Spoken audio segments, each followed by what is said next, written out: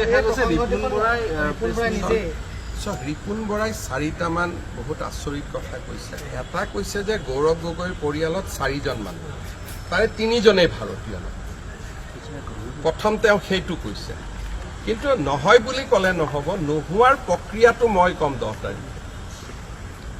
তেওঁ প্ৰথম কি ক'লে যে গৌৰৱ গগৈ ল'ৰা ছোৱালী দুটা ঘৈণীয়েক 4জনৰ এটা পৰিয়াল, তাত 3জনেই ভাৰতীয় নহয়।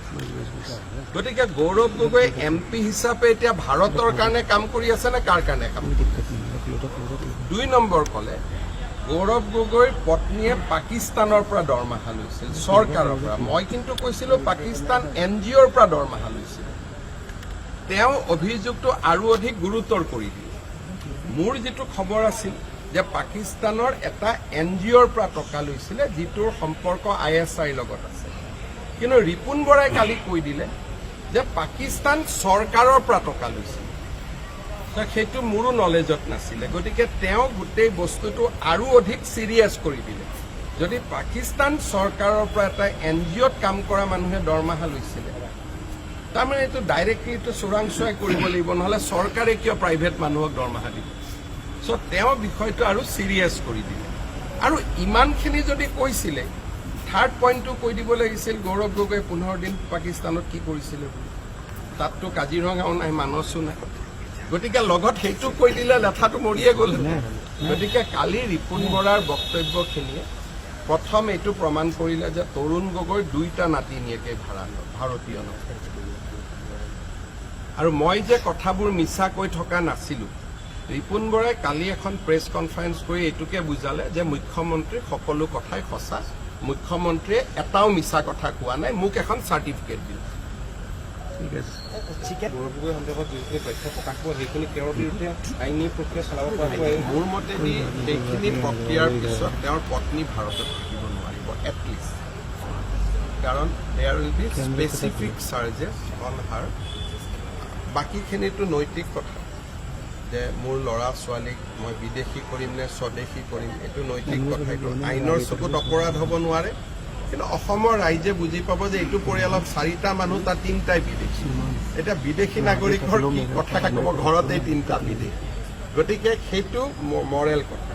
কিন্তু গৌৰৱ গগৈৰ পত্নীৰ ওপৰত there will be serious charge, আৰু গৌৰৱ গগৈৰ ওপৰত চিৰিয়াছ চাৰ্জ থাকিব, কাৰণ তেওঁ ৰাফেলকে ধৰি আটাইবোৰ চিক্ৰেট, যেনেকৈ এজন ISI মানুহক ট্ৰেইনিং দিলে, তেওঁ যিবোৰ কুৱেশ্যন আহি কৰিলেহেঁতেন, তেওঁ গোটেইবোৰ প্ৰশ্ন কৰিছিলে।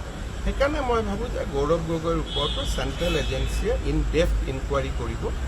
গতিকে 10 ছেপ্টেম্বৰত মই দিয়া কাগজ পত্ৰখিনিৰ পিছত বহুবোৰ নতুন কথা জানিব পাৰিব। আৰু ইমান দিনে অসমৰ মানুহে একাংশ মানুহে ভাবি আছিল যে মই এনেই কথাখিনি কৈ আছোঁ।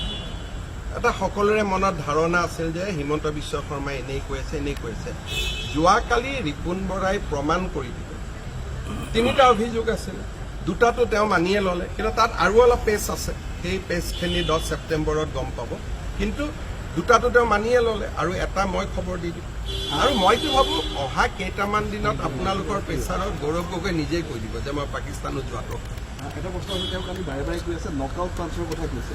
নকআউট পাঞ্চ তেওঁ লাঞ্চ দিব। এইবিলাক কথা কৈ লাভ নাই। পাকিস্তানৰ লগত নকআউট ফকাউট একো নাই। পাকিস্তান মানে পাকিস্তান, তাতে আৰু এইবিলাক নকআউট ফকাউট কি আছে? এইবিলাক কথা কৈ পেলাই নিজক মই নাভাবোঁ আপোনালোকক কিবা বনাব পাৰে, কিন্তু অসমৰ মানুহক আৰু পাকিস্তানক লৈ কনভিন্স কৰিব নোৱাৰে।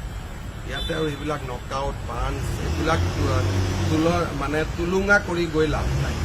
চিৰিয়াছ, আৰু আপুনি বাকী চব ভাৰতৰ মানুহে মানি ল'ব। কোনোবাই ক'ৰবাত 2টা টকা খাইছে তাকো মানি ল'ব, ক'ৰবাত কোনোবাই কাৰোবাক বেয়া ব্যৱহাৰ কৰিছে সেইটোও মানি ল'ব, কিন্তু পাকিস্তানীটো আৰু মানি ল'ব কোনেও নোৱাৰে। গতিকে ইয়াত এইবিলাক নকআউট ফকাউট এইবিলাক শব্দ ব্যৱহাৰ কৰি লাভ নাই।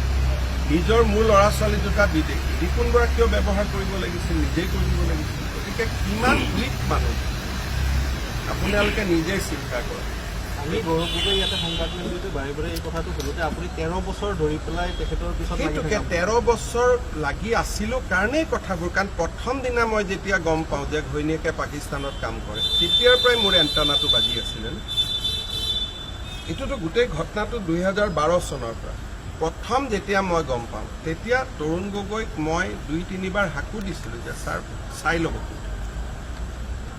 পাকিস্তানত কাম কৰে বুলি শুনিছিলোঁ সেইকাৰণে তৰুণ গগৈ নিজে ইংলেণ্ডতো গৈছিল 8 দিন থাকি আহিছিলে চাবৰ কাৰণে গতিকে এই কথাটো আজি নহয় যেতিয়াৰ পৰাই মই গম পাওঁ যে পাকিস্তান NGOত কাম কৰে তেতিয়াৰ পৰাই মই এই বিষয়টোৰ ওপৰত মোৰ সন্দেহ তেতিয়াৰ পৰাই আছিল গতিকে এইটো এটা এইটো বস্তু আজি হোৱা ঘটনা নহয় ইট ষ্টাৰ্টেড ফ্ৰম 2011 যেতিয়া মই প্ৰথম গম পাওঁ যে ইজৰাইলত গৈছে আৰু পেলেষ্টাইনী সংগঠনৰ লগত NGO কৰি আছে তেতিয়াৰ পৰা আমিতো আজমলৰ লগত লাগি থাকিছিলোঁ তেতিয়া বা আমিতো এটা পৰম্পৰাত উঠা মানুহ তৰুণ গগৈও প্ৰথম অৱস্থাত তেওঁ এইবিলাকৰ বিৰুদ্ধে আছিলে গতিকে তেতিয়া মই তেওঁকো কৈছিলোঁ যে আপুনি একেটা চাই লওক এতিয়া তেওঁৰ ছোৱালীও আমেৰিকাত থাকে আমেৰিকাত কি আছে সেইবিলাকতো আমি এদিনো প্ৰশ্ন কৰা নাই আমেৰিকাত ঘৰ আছে মাটি আছে কি আছে আমিতো ছোৱালীক লৈ এটাও প্ৰশ্ন কৰা নাই গতিকে এইটো বিদেশত থকাটো নহয়